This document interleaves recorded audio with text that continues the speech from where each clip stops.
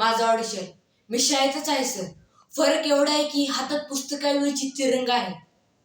आज तुम्ही सर्व विचार करत असाल की मी हातात तिरंगा का घेऊन आलो. माझ्या रिसर्चतून माझ्या वडिलांनी हा तिरंगा हातात दिला आणि म्हणाले, जा लढ, फाईट आउट शिरीष. पण आपण लढायचं कोणाशी? इंग्रजांसोबत? तर नाही, ही लढाई आपल्याला स्वतःशी लढायची आहे. इंग्रजांनी आपला देश लुटून स्वतःचा देश समृद्ध केला आणि भारताला गुलाम बनवले. कुणाला विचार आले का की हे सर्व त्यांच्यासाठी कसे शक्य झालं? आपण आणि आपल्या देशातील जाती, धर्म, सत्ता, प्रेमी एकमेकांशी भांडत बसले.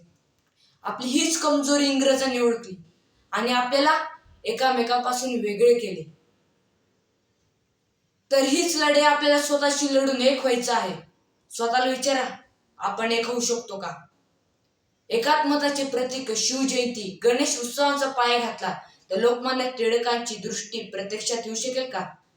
छत्रपती शिवाजी महाराजांनी जशी स्वराज्याची कल्पना केली त्याचप्रमाणे महात्मा गांधींनी स्वातंत्र्याची कल्पना केली, तेही अहिंसेच्या माध्यमातून.